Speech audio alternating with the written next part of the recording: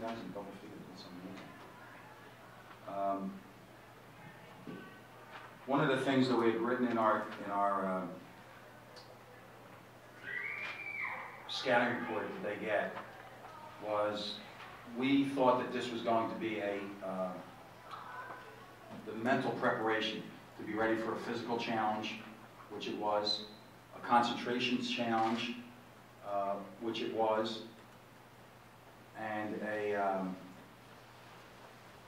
third thing. I feel like that guy with Perry.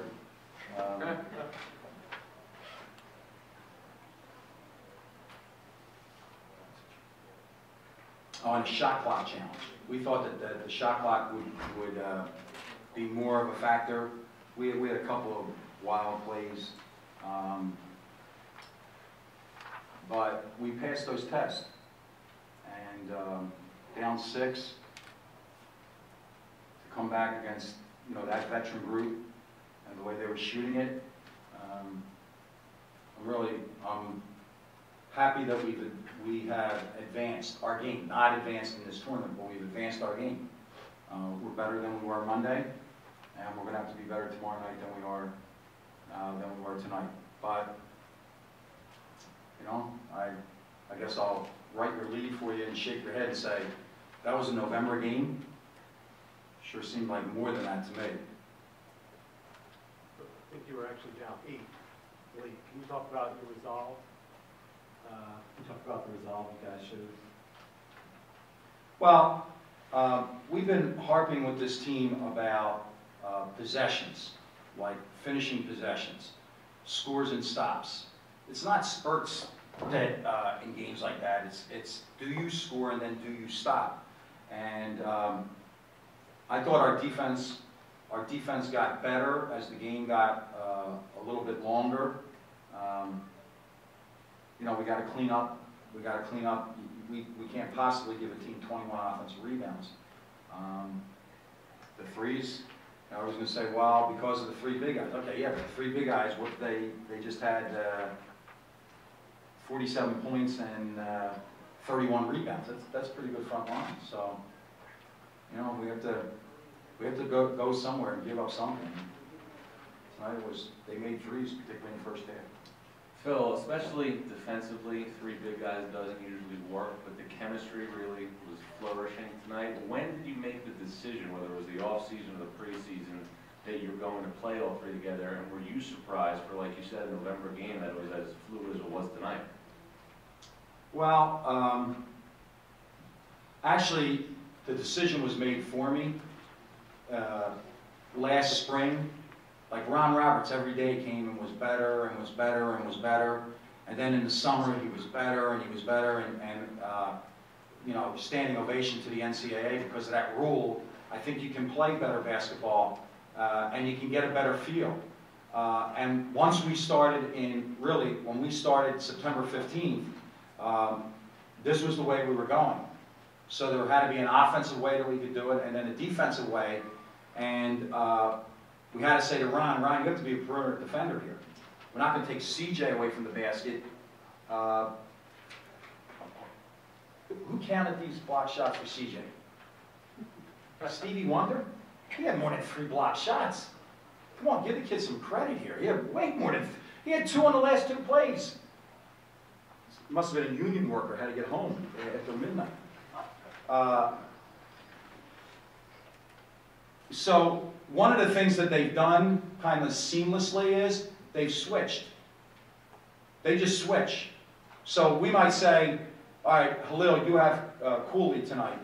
But if there's a ball screen action involving CJ's man or Ron's man and they're guarding a perimeter guy, switch it.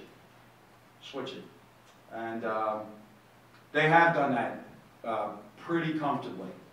Now, one of the things that we have to work on is in the first half, we were all staying in gaps and we weren't stunning to the shooter. So Connaughton hit 2 threes in front of our bench. But we're going this way. You know what I mean? We're going this way. And, we'll work the kinks out as we go, really, with these 3 big guys. They're 3 of our 5 best players. Phil, could you talk about, first of all, Ron Roberts on the free throw line today, and also CJ and his play coming in what he did tonight? Well, I think that Ron, it's all work. It's just flat out work. I think his freshman year he shot 44% from the foul line. Last year he shot 56, or it might have been 42 and 54. And we thought if we could get him 12 more percentage points. But it's all work. He and Dave do it. Dave breaks it down by tape with him. Dave takes him on the court. Dave gives him verbal cues every time he goes to the foul line. So he's a great example of, you know, you work at your game and opportunities should come, and big opportunities. You know, when I recruited him, I kind of said to him, "Is there anything that you really want?" And he said, "Yeah, I want to play in Madison Square Garden." So I told him that this was Madison Square Garden. I didn't tell him we were in Brooklyn. Hey, Coach, could you talk? CJ, the play I liked with CJ was the dribble penetration in the first half, and he tried to get one. He's been better with the bounce, and he took those couple of big threes in the stretch where we were down. So we have to get him more involved in our primary fast break. With these three guys, they have the option. Who's ever out ahead of the pack has to go to the front of the rim. CJ right now is drifting a little bit. We got to get back where we can run him to the front of the rim.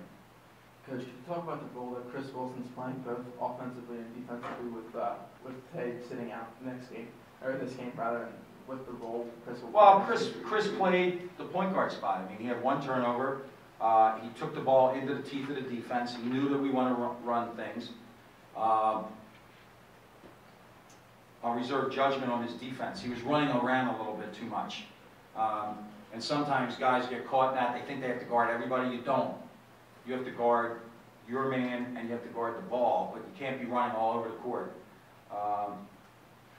But Chris's level of play, he should be confident, and we're confident in him. Final question? Phil, such a big part of your success last year winning 20 games was Langston's perimeter defense. Coming in, how big a factor did you know what he was able to do defensively against Grant was going to be in the outcome of the game? Well, I'm a huge fan of Grant. I'm a huge fan of guys that know how to play basketball. And every kid that had a Notre Dame uniform on, they know what they're doing. They know how to play basketball. And they don't have to run a lot of plays to do it. I mean, what Langston did on Monday night, and people could say, well, it was a Yale, but that kid is a really good player. He'll be all Ivy, the Morgan kid, and he had 4 points. Langston just worked on every single possession. I thought he really worked tonight defensively. And to be honest with you, we caught a little bit of a break. Atkins cramped up, and now Grant is a better cutter and mover, and he had to initiate their offense for them. So I wouldn't trade Langston for anybody. I have said that rightfully last year he was second team All-League, and if people want to consider him to be an All-League player, I think by the end of the year you're going to be talking about a guy that will be in consideration for some higher accolades than that in our league and in our city. Thank you, you. Coach.